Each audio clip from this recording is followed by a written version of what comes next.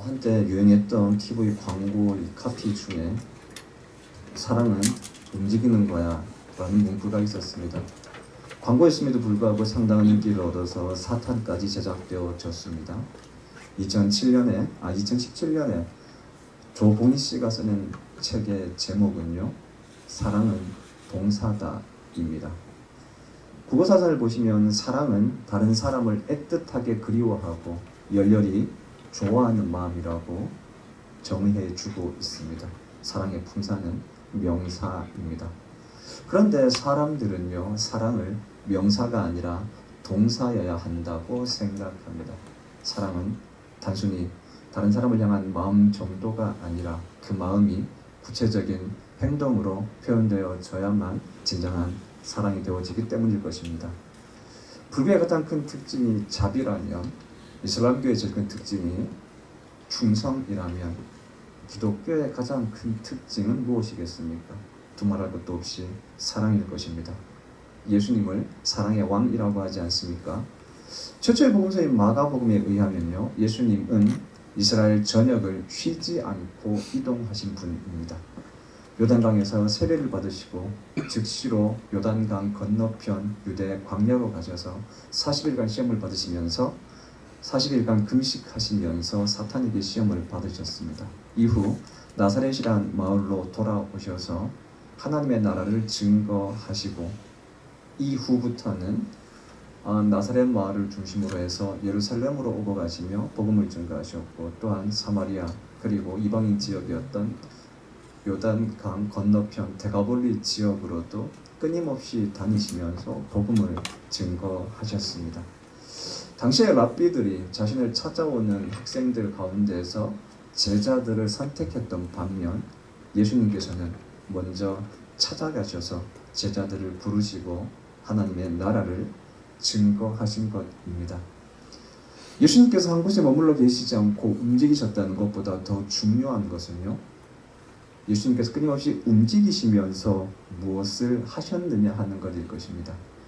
베드로 안드레를 제자 부르신 예수님은요, 가버나움 회당에서 더러운 귀신 들렸던 사람을 고치셨습니다. 예수님께서 어린 시절 보내셨던 나사렛이라는 마을에는 상당히 아픈 역사를 가지고 있습니다.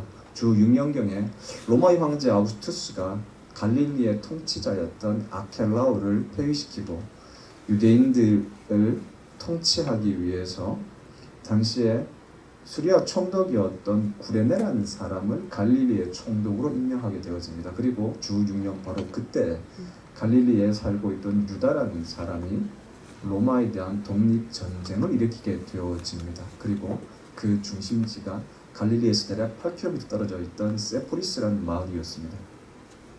이 구레네는 자신이 가지고 있던 군대에 더해서 로마의 2개의 군단과 4개의 기병대를 보충하여서 유다의 군대를 잔혹하게 전멸시켜 버렸습니다. 그리고 여기에서 끝나지 않고 이 세포리레스라는 마을의 동네의 한 가운데의 도로에 2000개의 십자가를 세우고 그 전쟁에 참여했던 사람 혹은 그 전쟁에 참여했던 사람과 관계되어졌던 사람들을 십자가에서 사형시켜 버렸습니다. 당시 세포리스의 인구는 대략 18,000명 정도였습니다. 4인 가족을 기준으로 본다면 대략 한 4,500가구 정도 되는 작은 마을이었을 것입니다. 그렇다면 여러분, 2000개의 십자가는 두 집 건너 한 집이 십자가에 그 잔혹한 형벌에서 죽어갔다라는 것을 의미합니다.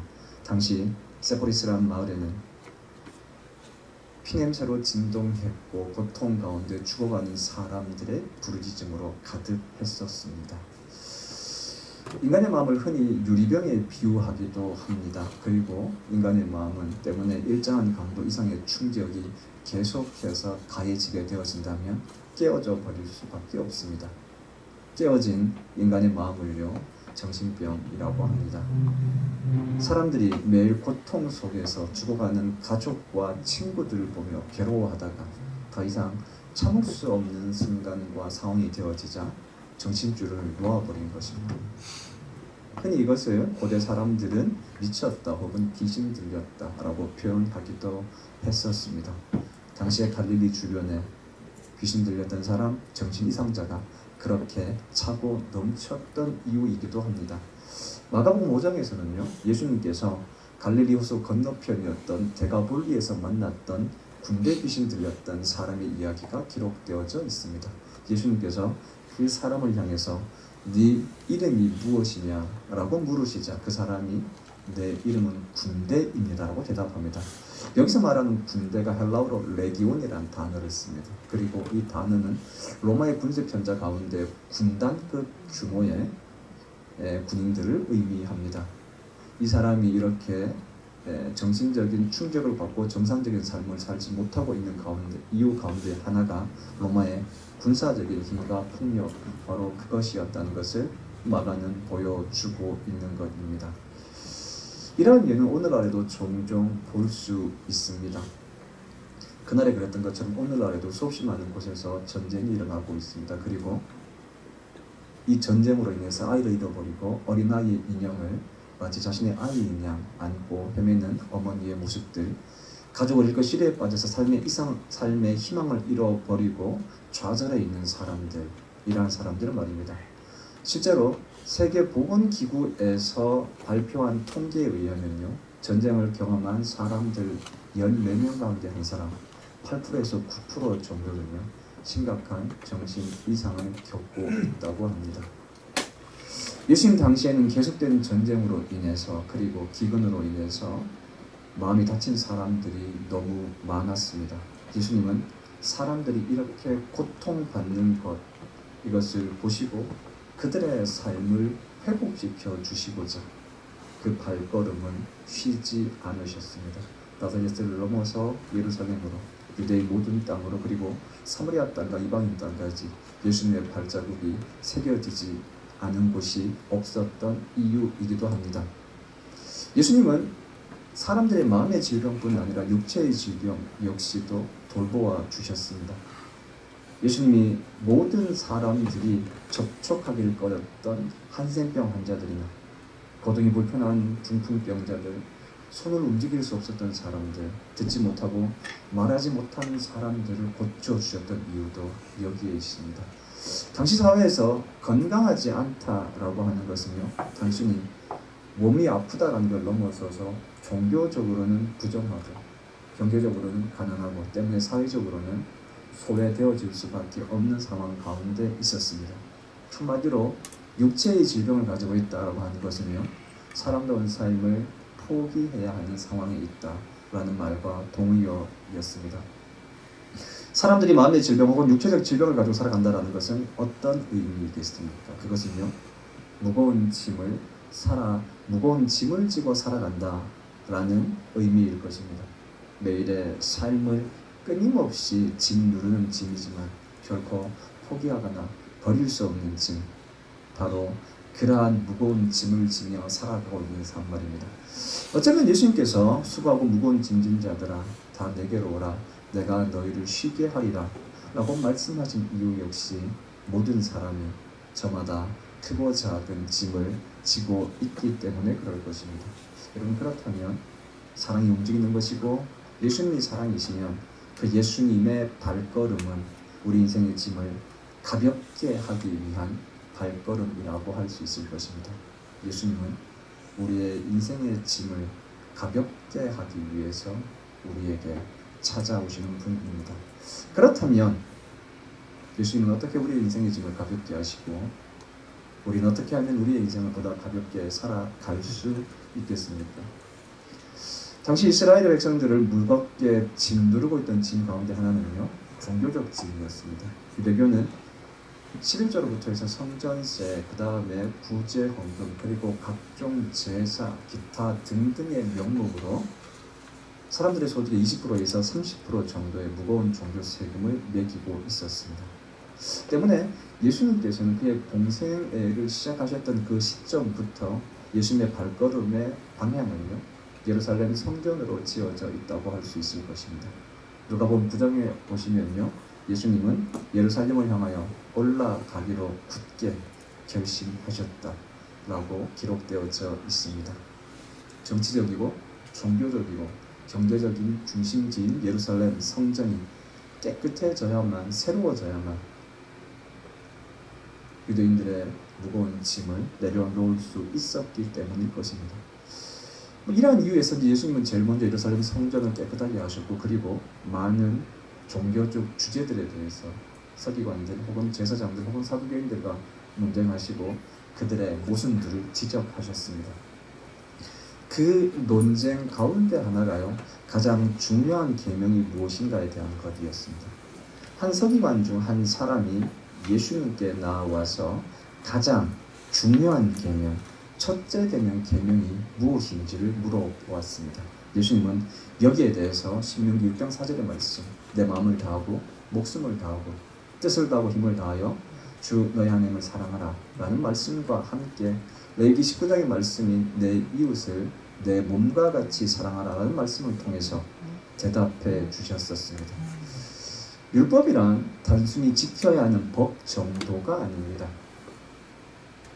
율법이란 유대인들에게 있어서 죄인인 인간이 어떻게 하나님의 뜻을 행할 수 있는가, 혹은 죄인인 인간이 어떻게 구원받을 수 있는가에 대한 유대교의 대답이라고 할 수 있습니다. 때문에 율법은 유대교의 중심이었습니다. 바로 이 율법을 통해서 인간이 하나님의 뜻을 알 수 있고 그 율법을 지킴으로 말미암아 구원을 받는다라고 하는 것이 유대교의 중심적인 사상이기 때문입니다.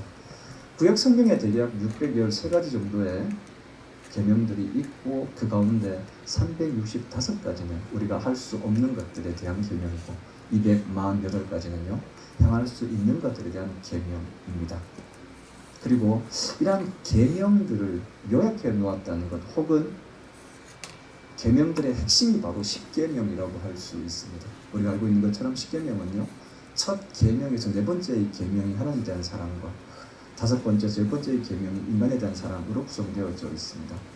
결국 율법의 핵심은 하나님에 대한 사랑과 인간에 대한 사랑이라고 할 수 있습니다. 이 말씀을 너무나 잘 알고 있었던 예수님께서는 바로 이 두 가지의 말씀을 통해서 대답해 주셨습니다.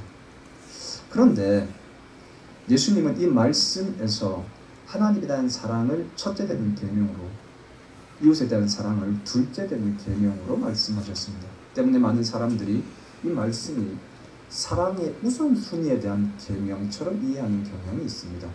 하나님에 대한 사랑이 first이고 첫 번째이고 인간에 대한 사랑이 두 번째라는 것입니다. 바꿔 말하면 이 둘 사이에 우열이 있고 순서가 있다라고 이해하고 있다라는 것입니다.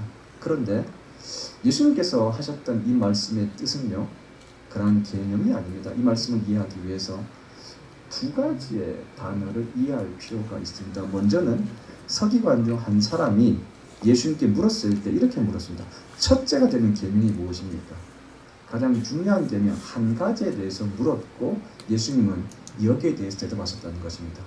두 번째로는요, 사용되어진 단어를 보면 그 의미를 보다 더 정확히 알 수 있다라고 하는 것입니다. 예수님께서 첫째와 둘째를 말씀하시고 둘째는 이와 같다라고 말씀하지 않으셨습니까? 둘째는 이것이다라고 말씀하셨습니다. 그리고 이것이다라는 단어를 헬라어로 보시면 호모이아라는 단어를 씁니다. 이 단어는 똑같다라는 개념입니다. 하나님에 대한 사랑과 인간에 대한 사랑이 똑같다는 것입니다. 그리고 이러한 개념은요, 예수님께서 강조하셨던 사랑에 대한 단어를 보시면 보다 분명하게 알 수 있게 되어집니다. 우리가 알고 있는 것처럼 신약 성경 헬라어로 기록되어져 있고요. 헬라어는 단어의 의미를 다른 그 어떤 언어보다도 정확하게 표현하는 그러한 언어입니다. 우리가 이미 알고 있는 것처럼 헬라어는 사랑을 네 가지로 표현하고 있지 않습니까? 하나님이 인간에 대한 사랑을 아가페로, 인간이 인간에 대한 사랑을 필레오로, 인간이 자연이라든가 이러한 것들에 대한 사랑을 스톨게로, 그리고 인간적인 사랑을 에로스로 표현하고 있습니다. 예수님께서는 주 너의 하나님을 사랑하라고 했을 때 아가페로 사랑하라고 말씀하셨습니다. 그것은 하나님이 인간에 대한 사랑, 인간이 하나님에 대한 사랑이기 때문에 그렇습니다. 그런데 내 이웃을 내 자신과 같이 사랑하라고 하셨을 때에도 내 이웃을 내 자신과 같이 필레오 하라라고 말씀하지 않으시고 아가페 하라고 말씀하셨습니다. 때문에 하나님에 대한 사랑과 인간에 대한 사랑이 호모이아, 동일한 것입니다. 예수님의 십자가 앞에서 십자가를 부인하고 갈릴리의 호수로 도망갔던 베드로가 있습니다. 이 베드로를 찾아가셨던 예수님은 네가 나를 사랑하냐라고 물으셨습니다. 그 사람이 이럽니다. 아가페. 네가 나를 아가페 하느냐. 여기에 대해서 베드로가 했던 대답은요. 내가 주님을 사랑하시는 줄 주님이 아십니다. 해석으로 보시면 내가 주님을 필레오로 사랑하시는 줄 주님이 아십니다. 입니다. 베드로는 인간이 한 사랑 그 이상으로는 자신이 없다라는 대답을 한 것이었습니다. 그런데 예수님은 오늘 이 본문에서 하나님을 향한 사랑인 아가페와 인간을 향한 사랑인 이 아가페를 동일한 단어로 사용하셨다는 것입니다. 그것은요, 하나님을 사랑하는 사람은 반드시 하나님의 형상을 따라 지음받은 존재인 이웃을, 인간을 아가페의 사랑으로 사랑할 수밖에 없기 때문에 그럴 것입니다. 바로 이것이 예수님께서 말씀하셨던 가장 중요한 개념이라고 할 수 있고 바로 그 사랑이라고 할 수 있을 것입니다. 이 말씀을 들었던 서기관이 하나님이 한 분이시라는 것을 믿는 것과 그것을 믿는 사람은 하나님을 사랑하고 이웃을 사랑하는 것이 전체로 드리는 모든 번제물과 기타 제물보다 낫다고 대답합니다. 이 서기관을 향해서 예수님께서 네가 하나님의 나라에서 멀지 않다라고 대답해 주셨지 않습니까? 하나님의 나라는 예수님께서 구원받은 사람이 받는 기업으로도 설명하여 주셨었습니다. 베드로는 동시에 구원의 궁극적인 결과가 믿음의 결과가 영혼의 구원이라고 대답했었습니다. 여러분, 그렇다면 하나님을 사랑하고 그 사랑으로 이웃을 사랑하는 것이 믿음이라고 할 수 있을 것입니다. 앞서 예수님의 발걸음이 우리의 짐을 가볍게 하는 것이라고 말씀드렸습니다. 여러분, 그렇다면 예수님께서 보여주신 인생을 가볍게 하는 방법은요, 하나님을 사랑하고 인간을 사랑하는 것이라고 할 수 있을 것입니다. 하나님을 사랑하는 것을 우리가 흔히 예배라고 합니다. 예배의 예자가 예의 예자입니다. 인간을 사랑하는 방법을요, 예의라고 합니다. 그 예 역시 예의 예자입니다. 여러분, 그렇다면 하나님을 향한 사랑과 인간을 향한 사랑은요, 예의로 연결되어져 있습니다. 하나님을 향하여 예의를 다하여 예배한다는 것이 인간을 향하여 예의를 다하여 대한다라는 것이 되어집니다. 한 통계에 의하면요, 2019년에 발표되어진 통계입니다. 인간을 그러니까 직장생활 가운데 대략 한 80%의 사람들이 퇴직을 고민하고 있답니다. 근데 놀랍게도 그 이유가요, 인간관계 때문이라는 거예요. 단 10%의 사람만이 직무 때문에 퇴직을 고민하고 있고 80% 이상의 사람들이 상사와의 관계, 동료와의 관계 때문에 퇴직을 고민하고 있다고 하는 것입니다. 동시에 이 신앙생활 가운데서도 제일 어려운 것은요, 하나님과의 관계가 아니라 인간과의 관계입니다. 오직하면 예수님께서 너희가 무엇이든지 땅에서 매면 하늘에서 매일 것이요 땅에서 풀면 하늘에서 풀릴 것이다 라고 말씀하셨습니다. 땅의 일, 인간의 관계가 먼저라는 것이죠. 그리고 이 인간의 관계가 원활해야만이, 순적해야만이 하나님과의 관계, 이것이 원활할 수 있다는 것입니다. 여러분, 이 점에서 하나님을 사랑하는 것과 인간을 사랑하는 것의 공통분모는요, 예의입니다.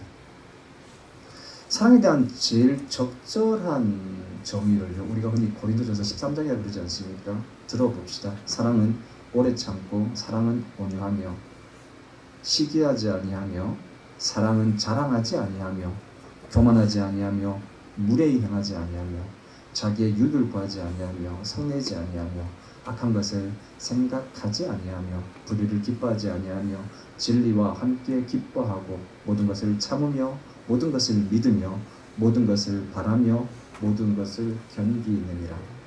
사랑에 대한 이 모든 정의들을 한 단어로 바꾸면요, 예의라고 할 수 있을 것입니다. 여러분, 이 예의라고 하는 것은 두 가지 차원으로 구성되어져 있습니다.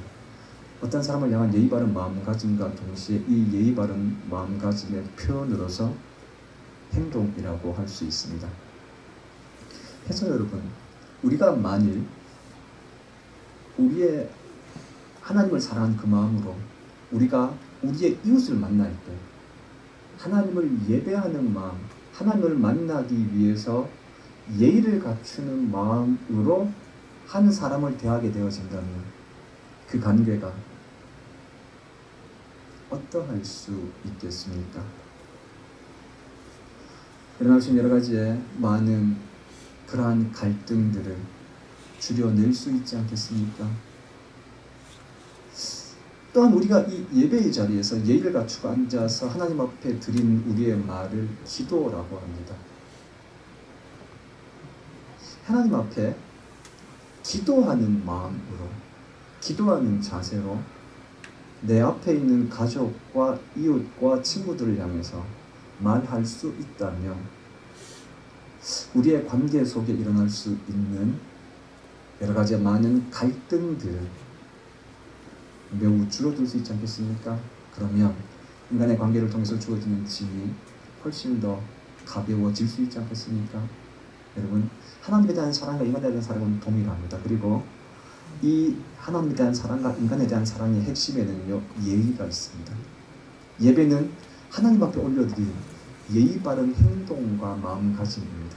동시에 인간에 대한 관계는요, 그 사람을 향한 존중과 배려의 태도가 담겨있는 예의라고 할 수 있습니다.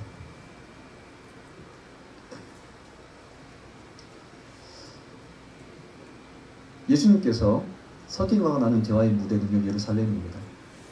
예수님께서 예루살렘에 들어가신 가장 중요한 이유는 바로 십자가를 지기 위함입니다. 십자가는요, 인간이 겪을 수 있는 극한의 고통입니다. 그럼에도 불구하고 예수님께서는 당신의 십자가를 기꺼이 지시기 위해서 예루살렘으로 입성하셨습니다. 그 이유는요, 하나님을 사랑하고 동시에 하나님의 말씀을 따라 인간을 사랑하고 구원하기 위함입니다. 이처럼 여러분, 이 사랑의 중요한 특징은요, 아무리 힘들고 어렵더라도 기꺼이 하고자 하는 자발성을 불러일으킵니다.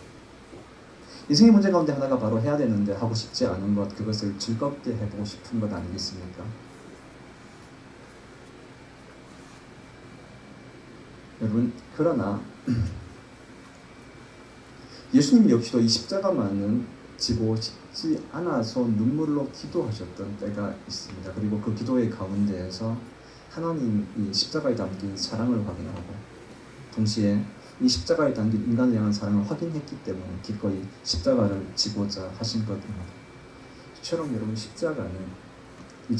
이 하나님에 대한 사랑은 우리로 하여금 기꺼이 무엇인가 할 수 있게 하는 자발성을 불러일으켜 줍니다. 생각해 봅시다. 아이들의 냄새나는 대변을 기쁜 마음으로 치우는 엄마의 모습과 아픈 아이의 대소변을 기꺼이 받아내는 남편의 모습, 혹은 고된 노동을 하면서도 웃으며 퇴근하는 가장의 모습, 늦은 시간 퇴근하는 가장 혹은 자식들을 위해서 상을 차려놓고 설레이는 마음으로 기다리는 엄마, 이 모든 일들을 가능하게 하는 것은 사랑이지 않습니까? 이 불편하고 어렵고 힘든 일을 가능하게 하는 것, 바로 그것이 사랑입니다. 여러분, 사랑은 이처럼 자발성을 불러일으켜줍니다. 되게 우리가 지고 있는 인생의 짐은요, 8알에서 9알이 인간관계 속에서 사는 문제들입니다. 여러분, 사랑하면 할수록 그 짐이 가벼워집니다. 왜냐하면 사랑이라고 하는 것은 상대방을 향해서 예의 갖추어서 행동하게 하고 말하게 하며, 또한 그 사랑은 하기 싫은 일도 기꺼이 하게 할 수 있는 자발성을 불러일으켜주는 힘이 있기 때문에 그렇습니다. 때문에 예수님께서는 가장 중요한 계명, 인생의 짐을 가볍게 할 수 있는 신앙의 핵심으로서 하나님을 사랑하는 것과 인간을 사랑하는 것, 바로 사랑이라고 말씀해 주고 있습니다. 모든 사람들이 저마다 져야 하는 십자가, 곧 짐이 있습니다. 이 짐이 어떻게 하면 가벼워질 수 있겠습니까? 여러분, 인생은 사랑하는 만큼 가벼워집니다. 짐을 벗어버리거나 혹은 포기하려고 하지 말고 그 순간마다 우리 하나님과 우리의 삶을 더 사랑하고자 애써봅시다. 그 사랑이 우리의 짐을 조금 더 가볍게 해줄 것입니다. 하나님 우리를 얼마나 사랑하신지를 기억하고 그 사랑으로 나를 바라볼 수 있다면, 나를 사랑하는 그 마음으로 가족과 이웃을 볼 수 있다면, 그 사랑하는 만큼 사랑의 크기만큼 그 짐이 가벼워질 수 있지 않겠습니까? 우리가 오늘 같이 불러볼 결단의 찬양은요, 원래 위로부가 불렀던 다시 일어나입니다. 가사 중에요, 다시 일어나 주를 예배함이 나의 기쁨이 되리라 라는 가사가 있습니다. 그 앞부분에는요, 이런 가사가 있습니다. 주님, 내 마음의 연약한 눈물의 끝에서 또 나를 반겨주시네. 누구나 인생의 무거운 짐 때문에 넘어질 때 혹은 포기할 때가 있지 않습니까? 바로 그 순간 우리 주님이 나를 반겨주신다라는 것입니다.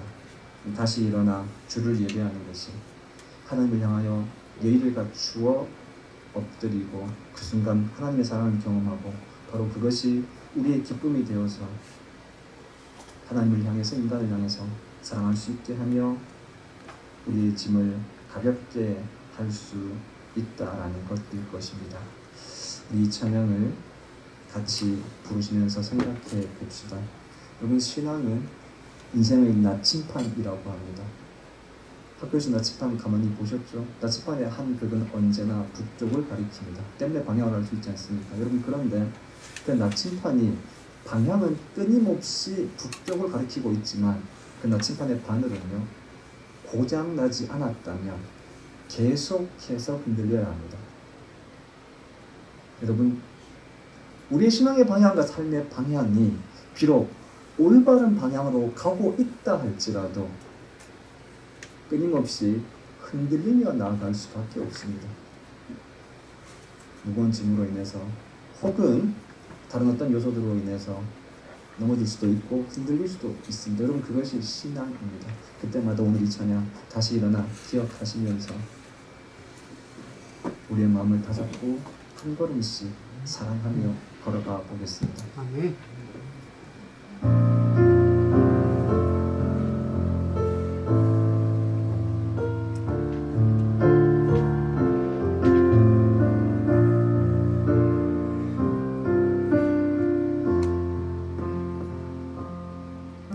나는 내 마음의 복음이 흥했던 곳에서 다시 아버지를 만나고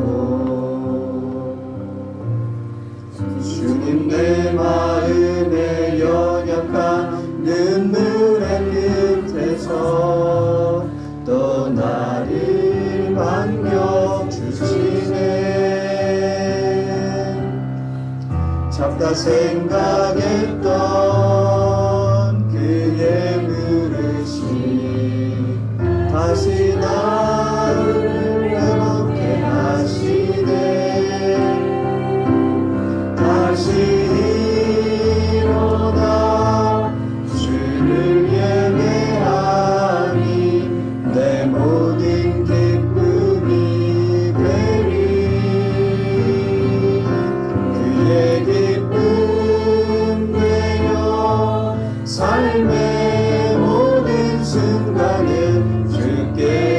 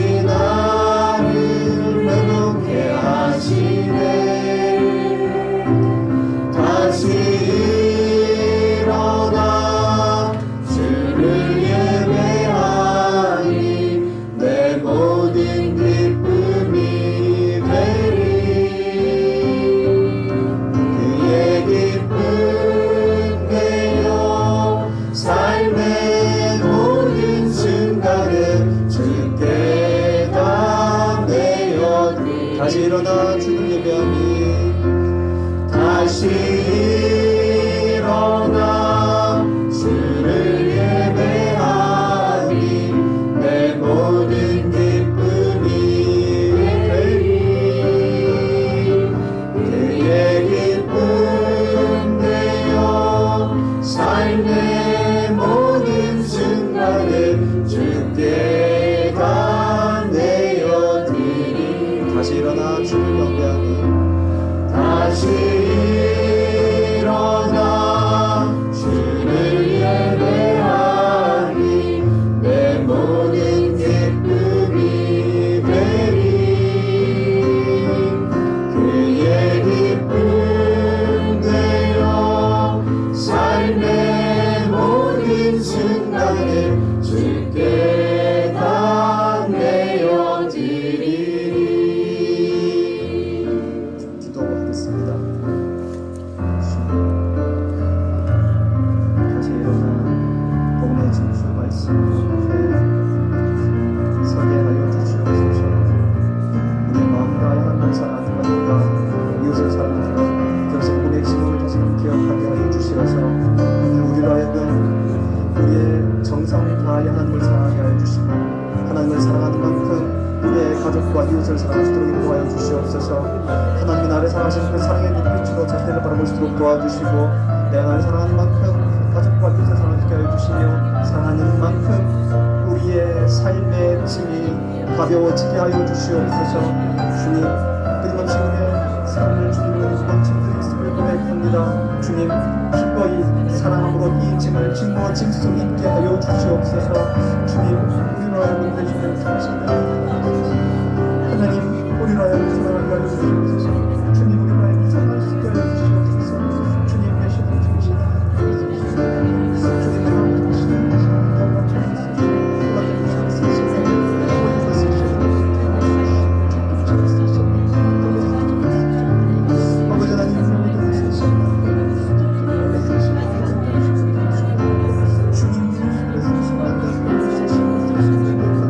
하나님 주님 우리로 하여금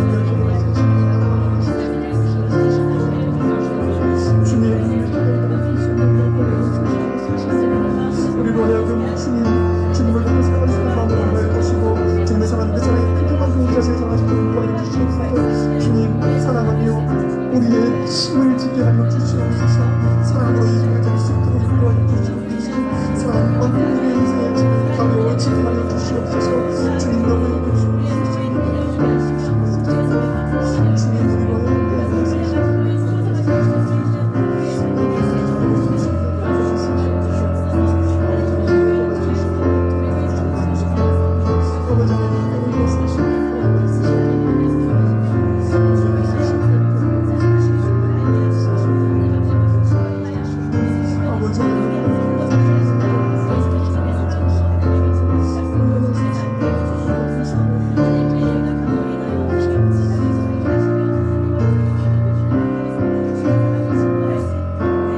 다시 일어나 주를 예배하니 일어나 주를 예배하니 내 모든 기쁨이 되리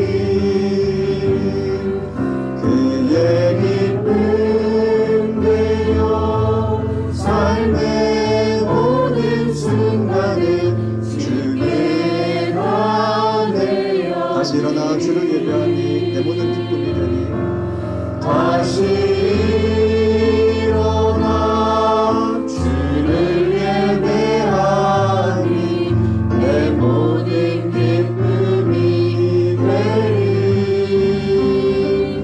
그의 기쁨 되어 삶의 모든 순간을 주께 다 내어드리리.